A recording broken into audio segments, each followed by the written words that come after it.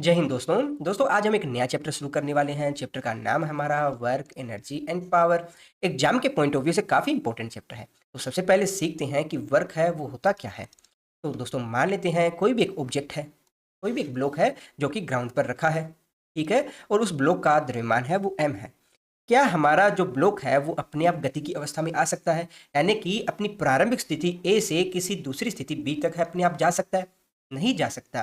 क्यों? क्योंकि न्यूटन का फर्स्ट नियम हमें क्या सिखाता है? न्यूटन का फर्स्ट लॉ हमें सिखाता है कि कोई वस्तु अगर स्थिर अवस्था में है तो वो स्थिर अवस्था में ही रहेगी, और अगर गतिशील अवस्था में है तो गतिशील अवस्था में ही रहेगी, जब तक कि उस पर कोई बाह्य बल नहीं लगाया जाता। तो हमारा ये जो ब्लॉक है, इस पर जब तक हम बाह्य बल नहीं लगाएंगे तो क्या ये अपनी स्थिति में परिवर्तन लेकर आएगा? नहीं लेकर आएगा। तो इसकी स्थिति में परिवर्तन लाने के लिए हम इस पर एक बाह्य बल लगाते हैं, जिसको मैं F से डिनोट करता हूँ। इस बल के कारण हमारा जो ब्लॉक है अपनी स्थिति A से किसी दूसरी स्थिति B में आ जाता है, ठीक है। तो उस समय के किसी फिजिसिस्ट ने क्या किया कि जो वस्तु पर जो लगाया गया बल है और वस्तु ने जो विस्थापन लिया, क्योंकि देखिए कोई भी एक ऑब्जेक्ट है, उसकी जो स्टार्टिंग पॉइंट है और एंड पॉइंट को जो मिलाने वाला जो मिनिमम पाथ है उसी को तो हम विस्थापन बोलते हैं। विस्थापन यानी कि डिस्प्लेसमेंट। तो साइंटिस्ट ने क्या किया कि जो डिस्प्लेसमेंट है और जो अप्लाइड फोर्स है उन दोनों में एक रिलेशन निकाला। उस रिलेशन को ही हम क्या बोलते हैं? वर्क बोलते हैं। वर्क किसके बराबर होता है? जो हमारा फोर्स है और जो डिस्प्लेसमेंट है उन दोनों का मल्टीपल के बराबर ही होता है, ठीक है। विस्थापन या डिस्प्लेसमेंट, ठीक है। विस्थापन या डिस्प्लेसमेंट को आप किससे डिनोट करते हो? मान लेते हैं इसको मैं डी से डिनोट करता हूं, किसी बुक में आपको एस से डिनोट किया हो सकता है। तो जो वर्क है, वर्क किसके बराबर होता है? F vector dot D vector, ठीक है। और ये किसके बराबर है? वर्क के बराबर है। जो उस समय के वैज्ञानिक थे जिन्होंने ये फॉर्मूला अपने को दिया, उन्होंने क्या कहा कि जो बल है और जो अपना विस्थापन है उनका अदिश गुणनफल यानी कि स्केलर प्रोडक्ट है, स्केलर प्रोडक्ट है वो बराबर होता है किसके? वर्क के बराबर होता है। यानी कि वर्क है वो किसके बराबर होगा? एफ डी कोस थीटा के। अब आपके मन में एक क्वेश्चन आ रहा होगा कि सर जी हमारा जो फोर्स है वो भी एक वेक्टर क्वांटिटी है, ठीक है। हमारा जो डिस्प्लेसमेंट है वो भी एक वेक्टर क्वांटिटी है, और हमने पढ़ा है कि भाई दो वेक्टर है, दो वेक्टर को हम दो तरह से मल्टीपल कर सकते हैं। दो तरीके से कौन सा कर सकते हो? सबसे पहले हमने सीखा है ए वेक्टर है और बी वेक्टर आपके पास में है, तो उनका आप दो तरह से गुणनफल कर सकते हो। एक तो उनका स्केलर प्रोडक्ट कर सकते हो, ए डॉट बी वेक्टर से उसको डिनोट करते हैं। दूसरा उनका क्रॉस प्रोडक्ट या फिर वेक्टर प्रोडक्ट कर सकते हो, और वो किसके बराबर होता है? ए वेक्टर क्रॉस बी वेक्टर के बराबर होता है। दो तरह से गुणनफल कर सकते हो। यहाँ पर हमने जो फोर्स और डिस्प्लेसमेंट जो लिया है उनका हमने स्केलर प्रोडक्ट ही क्यों किया? हमने इसका वेक्टर प्रोडक्ट क्यों नहीं किया? क्वेश्चन तो आ सकता है। यानी कि आप वर्क है, वर्क का फॉर्मूला कुछ ऐसा लिख सकते हो, डब्ल्यू है वो किसके बराबर हो सकता है? वो हो सकता है F vector cross T vector, ऐसा लिख सकते हो। पर आपने ये क्यों नहीं लिखा? आपने आपने ये नहीं लिखा, आपने यही लिखा, ऐसा क्यों? है ना, क्वेश्चन तो हो सकता है। उसका कारण ये है कि हमारा जो ए वेक्टर को हम बी वेक्टर का यानी कि जो स्केलर प्रोडक्ट करते हैं उससे हमारे पास जो राशि आती है वो हमारे पास में क्या आती है? एक स्केलर क्वांटिटी आती है। मान लेते हैं इन दोनों का डॉट प्रोडक्ट करेंगे, आपके पास में सी आ रहा है, वो क्या है? एक अदिश राशि आएगी, ठीक है। अगर हम उनका क्रॉस प्रोडक्ट करेंगे तो आपके पास में एक वेक्टर क्वांटिटी आएगी यानी कि सदिश राशि आएगी। हमारा जो वर्क है वो एक अदिश राशि है।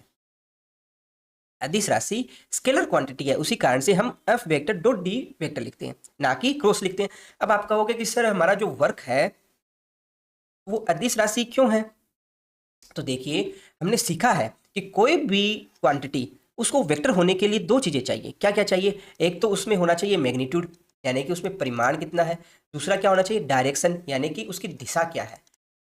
हम ये सीख लेते हैं कि दोनों में से हमारा फॉर्मूला है वो कौन सा सही है, क्योंकि जो फर्स्ट फॉर्मूला है उसके अकॉर्डिंग हमारे पास में जो वर्क आएगा वो एक वेक्टर क्वांटिटी आएगा, ठीक है।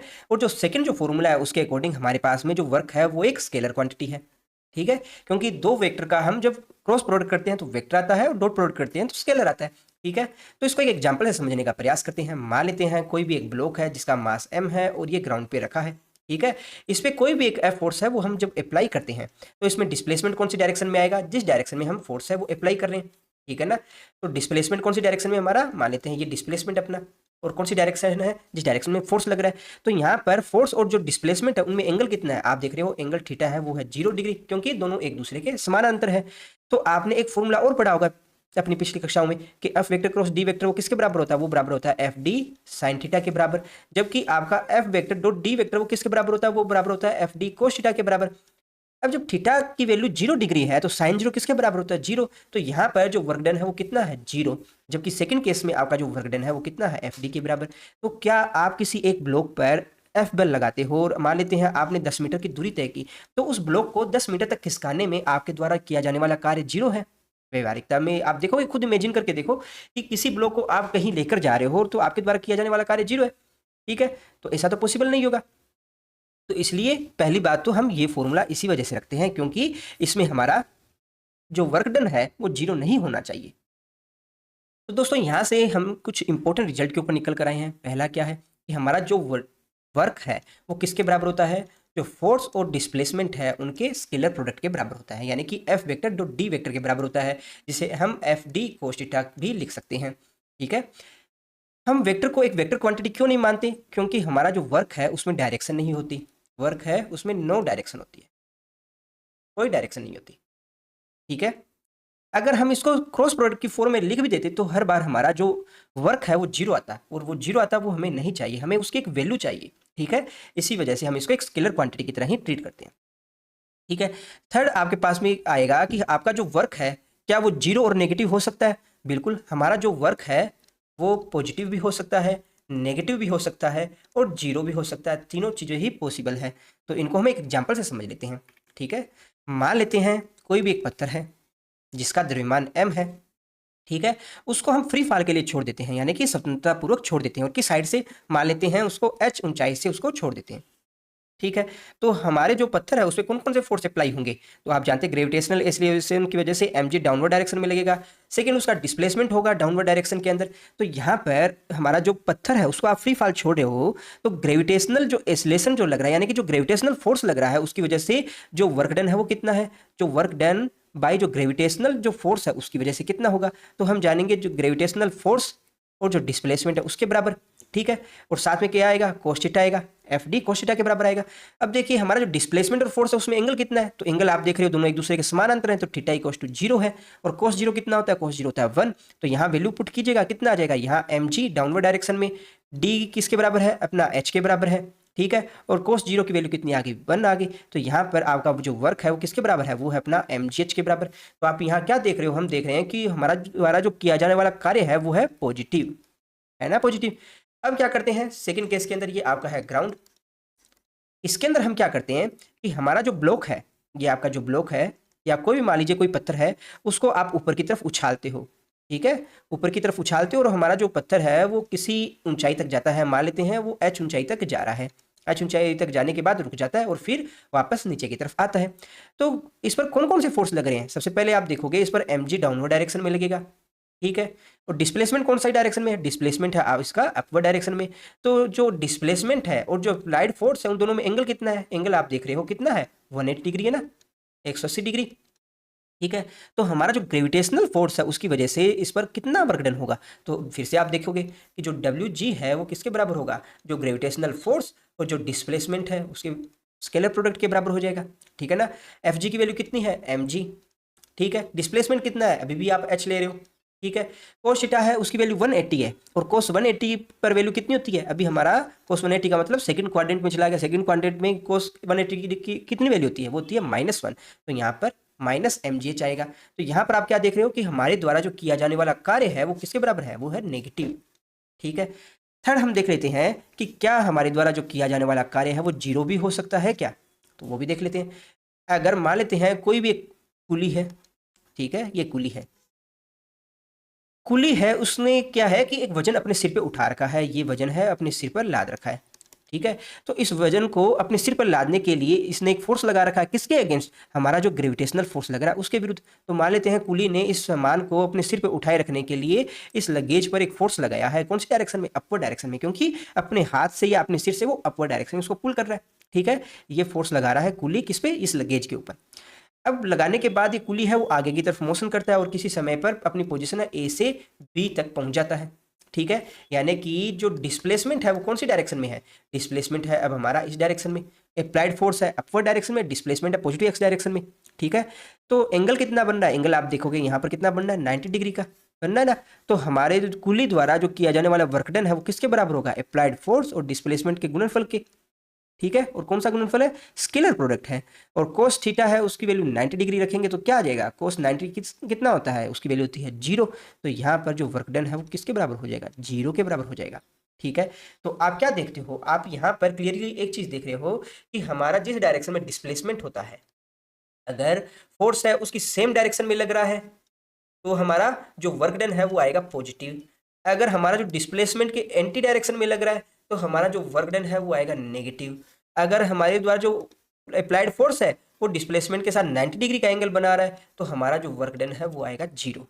ठीक है ना, तो हमारा जो वर्क है वो पॉजिटिव, नेगेटिव और 0 तीनों चीजें ही हो सकती है। इस कंक्लूजन को समझ गए होंगे। चौथा क्या कंक्लूजन है, हमारा जो वर्क है वो क्या है, एक स्केलर क्वांटिटी है, यानी कि अदिश राशि है। दोस्तों इसके बाद में हम स्टडी करते हैं कि हमारा जो वर्क है उसकी यूनिट क्या होती है। ठीक है, तो यूनिट क्या रहेगी इसकी, तो वर्क है वो किसके बराबर होता है, वो होता है अप्लाइड फोर्स और जो डिस्प्लेसमेंट है उसके बराबर, यानी कि अपना एफ डी कोस थीटा के बराबर। ठीक है, तो इसकी दो यूनिट हम पढ़ने वाले हैं। पहली कौन सी है, एसआई यूनिट, दूसरी कौन सी है, सीजीएस यूनिट। तो आपने पढ़ा है कि एसआई यूनिट के अंदर जो फोर्स है, फोर्स को आप किससे रिप्रेजेंट करते हो, आप न्यूटन से रिप्रेजेंट करते हो। ठीक है, डिस्प्लेसमेंट किसके बराबर होता है, वो आता है मीटर में। तो एसआई यूनिट है वो वर्क की क्या आ जाएगी, वर्क की एसआई यूनिट आ जाएगी न्यूटन मीटर आ जाएगी। न्यूटन मीटर को एक नाम से और से हम जानते हैं, क्या नाम है उसका, जूल। ठीक है, जिसे आप जे से डिनोट करते हो।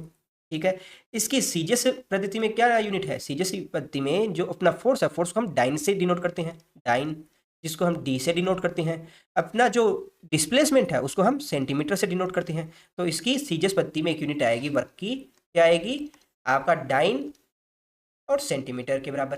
ठीक है, क्या हमारा कोशिटा एंगल की कोई यूनिट होती है, उसकी कोई यूनिट नहीं है। तो डाइन पर सेंटीमीटर है, इसको हम क्या दिखाते हैं, इसको हम बोलते हैं अर्ग से डिनोट करते हैं, अर्ग से डिनोट करते हैं। अब आपसे एग्जाम में ये पूछा जा सकता है, क्या पूछा जा सकता है कि एक जूल है उसकी डेफिनेशन क्या है, आपसे पूछा जा सकता है कि एक अर्ग है उसकी डेफिनेशन क्या है, तो किस तरह से डिनोट करोगे। तो देखिए क्या करते हैं इसमें कि जो अपना फोर्स है, फोर्स को आप ले लीजिए 1 न्यूटन और जो डिस्प्लेसमेंट है उसको आप ले लीजिए 1 मीटर। ठीक है, तो क्या आप लिखोगे आप कि कोई भी एक ऑब्जेक्ट है उसके ऊपर अगर हम 1 न्यूटन का बल अप्लाई करें तो अगर हमारा ऑब्जेक्ट है उसमें डिस्प्लेसमेंट 1 मीटर का आता है तो हमारे द्वारा जो किया जाने वाला कार्य है वो किसके बराबर होगा, 1 जूल के बराबर होगा। ठीक है, फिर से रिपीट करता हूं कि अगर किसी भी वस्तु पर हम 1 न्यूटन का बल आरोपित करते हैं तो वस्तु के द्वारा जो विस्थापन है वो 1 मीटर का किया जाता है तो हमारे द्वारा जो किया जाने वाला कार्य है वो किसके बराबर होगा, वो होगा 1 जूल के बराबर। ठीक है, इसी प्रकार से जब सीजीएस के अंदर आपसे पूछा जाता है कि एक अर्ग है उसकी डेफिनेशन क्या होगी, तो उसमें भी हम क्या करेंगे, हम लिखेंगे कि कोई भी एक ऑब्जेक्ट है जिसका मास m है, अगर उस पर हम एक डाइन का फोर्स अप्लाई करते हैं जिसकी वजह से अगर उसमें विस्थापन 1 सेंटीमीटर का आ जाता है तो हमारे द्वारा जो किया जाने वाला कार्य है वो किसके बराबर होगा, 1 अर्ग के बराबर होगा। ठीक है, 1 अर्ग के बराबर होगा। इसके अलावा हमें और क्या रिलेशन पता होना चाहिए, हमें पता होना चाहिए कि 1 जूल और 1 डाइन में क्या रिलेशन है, 1 जूल और सॉरी 1 जूल और 1 अर्ग में क्या रिलेशन है। ठीक है, तो हमने अपने पहले की क्लास में पढ़ा है कि जो 1 न्यूटन है वो किसके बराबर होता है, वो बराबर होता है 10⁵ डाइन के बराबर होता है। ठीक है, 1 मीटर है वो किसके बराबर होता है, 10⁵ यानी कि 100 सेंटीमीटर के बराबर होता है। तो 1 जूल है वो अर्ग में क्या रिलेशन होगा, 1 जूल है क्योंकि इन दोनों के मल्टीपल के बराबर ही तो है, 1 जूल है वो बराबर होगा 10⁷ अर्ग के बराबर होगा। ठीक है, याद रह जाएगा आपको। किसी को कोई डाउट हो तो कमेंट बॉक्स में बताइएगा। दोस्तों कुछ अच्छे क्वेश्चन है उनको हम डिस्कस कर लेते हैं। सबसे पहले हमें दे रखा है कि कोई भी एक व्यक्ति है जो किसी दीवार पर यानी कि किसी वाल पर एक धक्का लगा रहा है, यानी कि एफ फोर्स है वो अप्लाई कर रहा है, तो उस व्यक्ति के द्वारा किया जाने वाला कार्य कितना है। ठीक है, तो देखिए हमारा जो वर्क है, वर्क किसके बराबर होता है, वर्क बराबर होता है अप्लाइड फोर्स एंड डिस्प्लेसमेंट। ठीक है, क्या हमारे द्वारा जो बल लगाने पर दीवार में किसी तरह का डिस्प्लेसमेंट आ रहा है, हम देख रहे हैं दीवार तो अपनी जगह से हिल नहीं रही, दीवार जहाँ है वहीं की वहीं है, डिस्प्लेसमेंट यानी कि 0 है। तो उस कंडीशन में हम क्या कहेंगे, हमारे द्वारा जो किया जाने वाला वर्क डन है वो 0 होगा। ठीक है, क्यों, क्योंकि डिस्प्लेसमेंट है वो हमारा 0 है। ठीक है, सेकेंड क्वेश्चन है, उसमें क्या है कि अर्थ के चारों तरफ कोई भी एक सैटेलाइट है वो रोटेशन कर रहा है। ठीक है, और हमसे क्वेश्चन में पूछा गया है कि जो अर्थ है, अर्थ के द्वारा जो वर्क डन है वो क्या होगा। ठीक है। तो हमने पढ़ा है इसके बारे में कि जब भी कोई सैटेलाइट है अर्थ के चारों तरफ घूमता है तो सैटेलाइट पर एक फोर्स लगता है। किसकी वजह से लगता है? हमारा जो अर्थ है, अर्थ का ग्रेविटेशनल फोर्स है उसकी वजह से। और कौन सी डायरेक्शन में? अर्थ के सेंटर की तरफ उसकी फोर्स की डायरेक्शन रहती है। ठीक है। उसी फोर्स की वजह से जो हमारा सैटेलाइट है वो रोटेशन कर रहा है। तो फोर्स कौन सी डायरेक्शन में लग रहा है? फोर्स लग रहा है towards the centre of earth, यानी कि जो अपना धरती है उसके केंद्र की तरफ होगा। डिस्प्लेसमेंट कौन सी डायरेक्शन में है? तो डिस्प्लेसमेंट आप देखेंगे सैटेलाइट का डिस्प्लेसमेंट है इस डायरेक्शन में। ठीक है। तो हमारा जो अप्लाइड फोर्स और डिस्प्लेसमेंट में एंगल कितना है, आप ये एंगल देखेंगे वो है 90 डिग्री का। ठीक है। जब डिस्प्लेसमेंट और इसमें अप्लाइड फोर्स में एंगल 90 डिग्री का है तो cos 90 किसके बराबर होता है? 0 के बराबर। तो हमारा जो वर्क डन है वो किसके बराबर होगा? F D cos 90। तो ये 0 के बराबर आ जाएगा। ठीक है ना, कोई डाउट नहीं है इसमें। यानी कि जो अर्थ के द्वारा जो अर्थ का जो ग्रेविटेशनल फोर्स है उसकी वजह से जो वर्क डन किया जा रहा है वो 0 होगा। नेक्स्ट है, कोई भी एक रस्सी है उसके साथ कोई भी एक m मास का कोई ब्लॉक है वो लटका है। ठीक है। ये हमारा जो ब्लॉक मास सिस्टम है वो एक पेंडुलम की तरह है, ओसिलेशन कर रहा है। ठीक है। इस तरह से एक मोशन कर रहा है। तो हमारा जो रस्सी है, रस्सी में जो टेंशन फोर्स लग रहा है उस टेंशन फोर्स की वजह से जो वर्क डन है वो हमें कैलकुलेट करना है। तो टेंशन कौन सी डायरेक्शन में लग रहा है? टेंशन लग रहा है सेंटर की तरफ, यानी कि जिस पॉइंट से हमारा जो पेंडुलम लटका है उस पॉइंट की तरफ लग रहा है टेंशन फोर्स। तो डिस्प्लेसमेंट कौन सी डायरेक्शन में है? अगर उसकी हम माध्य स्थिति पर देखें, माध्य स्थिति पर डिस्प्लेसमेंट कौन सी डायरेक्शन में है? एक है तो डिस्प्लेसमेंट होगा हमारा इधर वाली तरफ। अगर इस पॉइंट पर हम देखें तो डिस्प्लेसमेंट होगा हमारा इधर वाली तरफ। और टेंशन फोर्स कौन सा होगा? टेंशन फोर्स होगा इधर वाली तरफ। ठीक है। तो टेंशन फोर्स और डिस्प्लेसमेंट में यहाँ एंगल कितना है? आप देखेंगे एंगल है वो आपका आ रहा है 90 डिग्री का। जब एंगल अभी भी 90 डिग्री आ रहा है तो हमारे द्वारा जो वर्क डन है वो 0 होगा। क्यों? क्योंकि cos 90 है उसकी वैल्यू 0 होती है और हमें एफ डी cos थीटा में तो वैल्यू रखनी है इसकी। ठीक है। तो जिन जिन केस के अंदर हमारे द्वारा जो लगने वाला फोर्स है और डिस्प्लेसमेंट में 90 डिग्री का एंगल होगा उन सभी कंडीशन में हमारे द्वारा जो वर्क डन है वो 0 ही आएगा। दोस्तों एक इंपॉर्टेंट टॉपिक और है जिसको हमें डिस्कस करना है कि किसी भी वस्तु पर किसी बल के द्वारा किया जाने वाला जो कार्य है वो निर्देश तंत्र पर निर्भर करता है या नहीं करता, इसको हम डिस्कस करते हैं। मान लेते हैं एक ट्रक है जो कि किसी ए एक्सीलरेशन से जा रहा है किस तरफ? पॉजिटिव एक्स डायरेक्शन में, और उसमें एक पेंडुलम लटका है और उस पेंडुलम में जो ब्लॉक है उसका मास कितना है? m है। ठीक है। अब दो ऑब्जर्वर इस घटना को ऑब्जर्व कर रहे हैं। पहला कौन सा है? पहला व्यक्ति है जो ट्रक के बाहर मौजूद है, जो दूसरा व्यक्ति है वो हमारे ट्रक के अंदर मौजूद है। ठीक है। तो दोनों व्यक्ति है वो क्या ऑब्जर्व करते हैं? जो बाहर खड़ा व्यक्ति है उसके लिए क्या लगेगा? देखिए जैसे ही हमारा ट्रक है वो आगे की तरफ ए एक्सीलरेशन से जाएगा तो पेंडुलम है वो पीछे की तरफ आ जाएगा। पेंडुलम इस तरह से पीछे की तरफ आ जाएगा। और पेंडुलम पर कौन कौन से फोर्स लगेंगे? देखिए पेंडुलम पर एक तो लगेगा mg डाउनवर्ड डायरेक्शन में। ठीक है। एक उस पर लगेगा टेंशन t इधर वाली तरफ। मान लेते हैं ये यहाँ पर एंगल बना रहा है वो थीटा एंगल बना रहा है, तो टी के दो कंपोनेंट अपने पास में आएंगे। एक तो अपने पास में इस डायरेक्शन में आएगा टी कोस थीटा और एक इधर वाली साइड आएगा टी साइन थीटा। तो जो बाहर खड़ा व्यक्ति है, बाहर खड़ा जो व्यक्ति है उसके रिस्पेक्ट के अंदर जो यहाँ पर जो हमारा पेंडुलम है उस पर कौन कौन से फोर्स लग रहे हैं? उस पर लग रहे हैं, देखिए सबसे पहले तो लग रहा है टी कोस थीटा। ठीक है। ये किसके बराबर होगा? mg के बराबर। इसके अलावा होगा टी साइन थीटा और ये किसके बराबर होगा? ये होगा जो हमारा ऑब्जेक्ट है उसके मास इनटू एक्सीलरेशन के बराबर होगा, यानी कि ma के बराबर होगा। ठीक है ना, या आपने कह सकते हैं कि जो अप्लाइड फोर्स है उसके बराबर होगा। ठीक है। अब बात करते हैं जो हमारा ऑब्जर्वर ट्रक के अंदर मौजूद है उसके रिस्पेक्ट में क्या होगा। तो इसके लिए हमने पढ़ा है कि जब भी ये नॉन इनर्शियल रेफरेंस फ्रेम की बात होती है, क्योंकि ट्रक के अंदर अगर को ऑब्जर्व कर रहा है तो वो क्या है? एजेंट निर्देश तंत्र का काम है कर रहा है। तो उस कंडीशन के अंदर जिस डायरेक्शन में हमारा जो ऑब्जेक्ट मोशन कर रहा है उसके अपोजिट डायरेक्शन में हम एक फोर्स है वो मान लेते हैं। ठीक है। तो ए एक्सीलरेशन हम अपोजिट डायरेक्शन में मानेंगे। तो इस कंडीशन में हमारा जो ऑब्जेक्ट है यानी पेंडुलम है उस पर कौन कौन से फोर्स लगेंगे? उस पर फोर्स लगेगा एक तो T cos theta minus M G equals to 0 लगेगा। सेकंड क्या लगेगा? हमारा टी साइन थीटा, ठीक है, minus M A equals to 0। ठीक है। ये दो इस पर फोर्स लगते हुए उस पर दिखाई देंगे। तो हमारा जो ऑब्जर्वर है, जो ऑब्जर्वर बाहर खड़ा है उसके रिस्पेक्ट के अंदर क्या हमारा पेंडुलम है वो किसी तरह का मोशन कर रहा है? बिल्कुल कर रहा है। पेंडुलम है वो उसने डिस्प्लेसमेंट लिया, कितना? ये वाला लिया ना। जबकि हमारा जो ऑब्जर्वर अंदर मौजूद है उसके रिस्पेक्ट के अंदर जो पेंडुलम है वो कैसा दिखाई दे रहा है? उसके रिस्पेक्ट में जो पेंडुलम है वो उसको स्थिर दिखाई दे रहा है, यानी कि जो हमारा ऑब्जर्वर जो अंदर है उसके रिस्पेक्ट में जो विस्थापन है वो 0 होगा। ठीक है। जबकि हमारा ऑब्जर्वर जो अंदर मौजूद है उसके रिस्पेक्ट में विस्थापन s है। तो अंदर जो मौजूद है व्यक्ति है उसके रिस्पेक्ट में जो वर्क डन है वो कितना होगा? सबसे पहले बाहर वाले के लिए देखें तो बाहर वाले के लिए वर्क डन किसके बराबर होगा? फोर्स इनटू डिस्प्लेसमेंट के बराबर। फोर्स किसके बराबर है? फोर्स है अपना ma के बराबर, यानी कि टी साइन थीटा के बराबर। डिस्प्लेसमेंट कितना है? s है। तो दोस्तों जो हमारा ऑब्जर्वर गाड़ी के अंदर मौजूद है उसके रिस्पेक्ट में वर्क डन कितना होगा, वर्क डन आ जाएगा 0। क्यों? क्योंकि डिस्प्लेसमेंट है वो हमारा 0 है। ठीक है, तो यानी कि हमारे द्वारा जो किया जाने वाला कार्य है वो कोऑर्डिनेट सिस्टम पे डिपेंड करता है, कोऑर्डिनेट सिस्टम।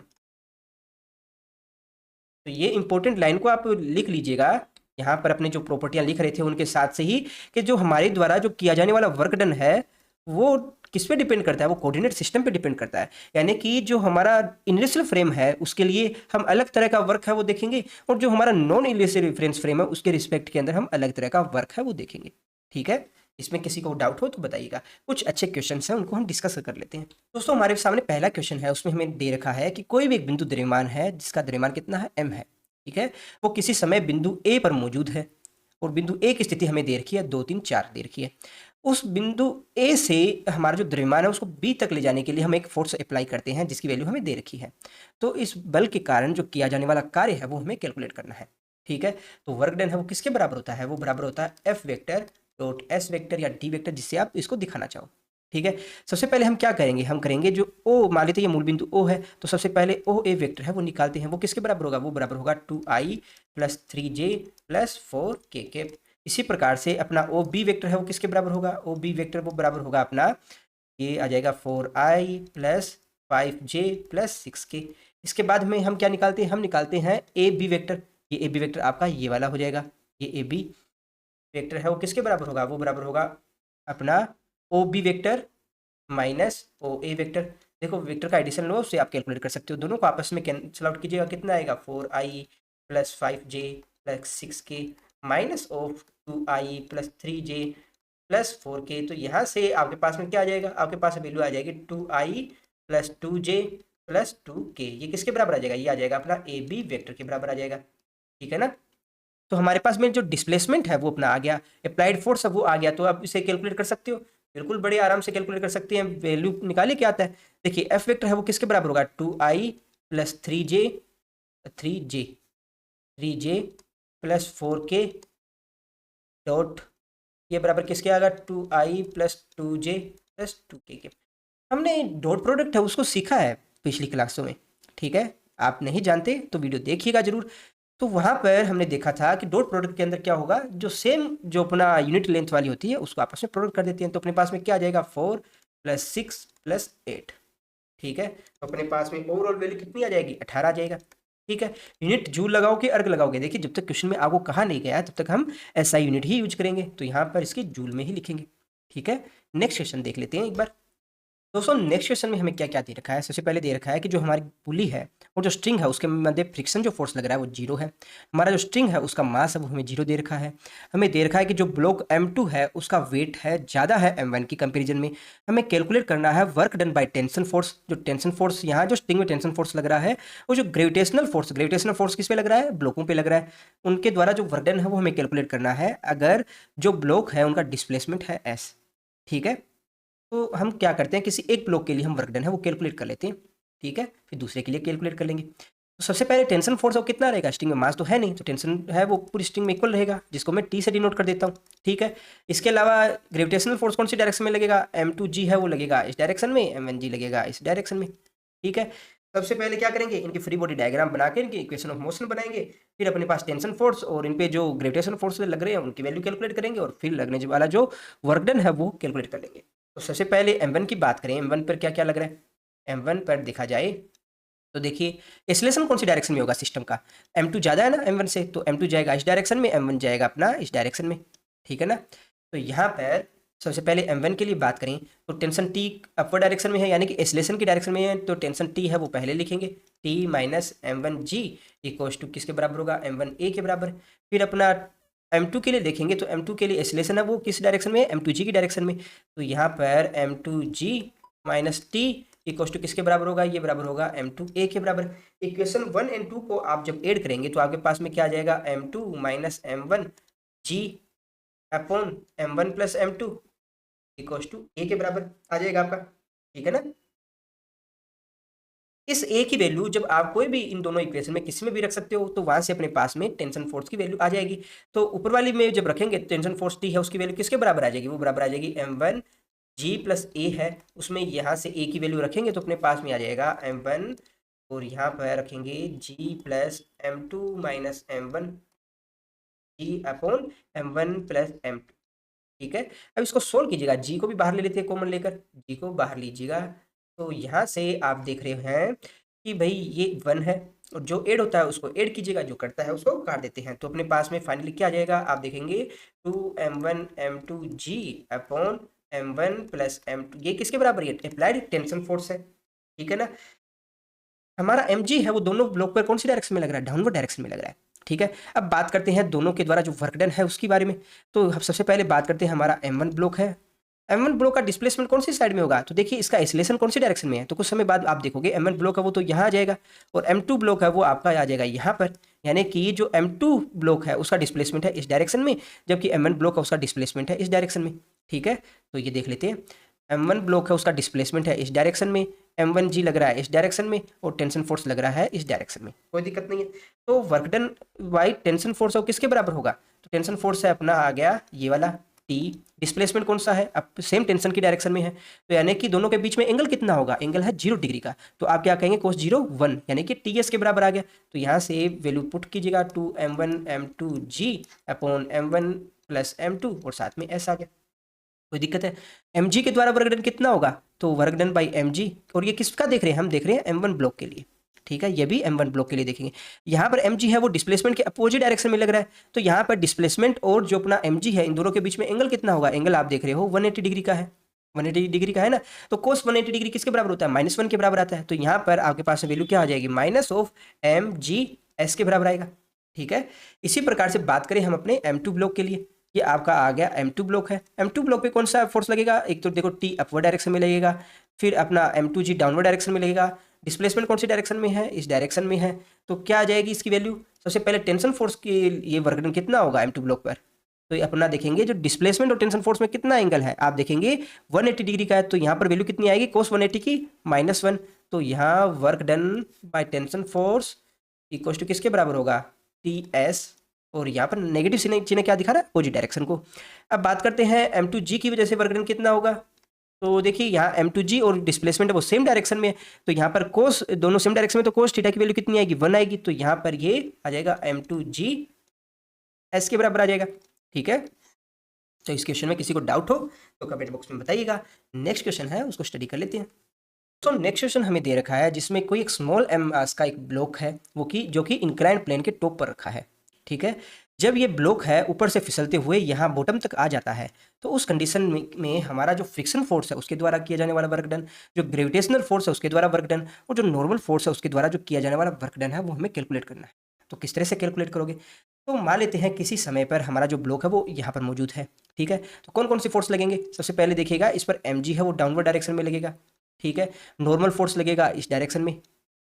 ठीक है, अब mg के कंपोनेंट आपको बनाने आते हैं, नहीं आते तो पिछली वीडियो देखिएगा क्या आएगा, इस डायरेक्शन में आएगा आपका mg साइन थीटा। ठीक है ना, और इधर वाली साइड कौन सा आएगा, इधर वाली साइड आएगा आपका mg कोस थीटा।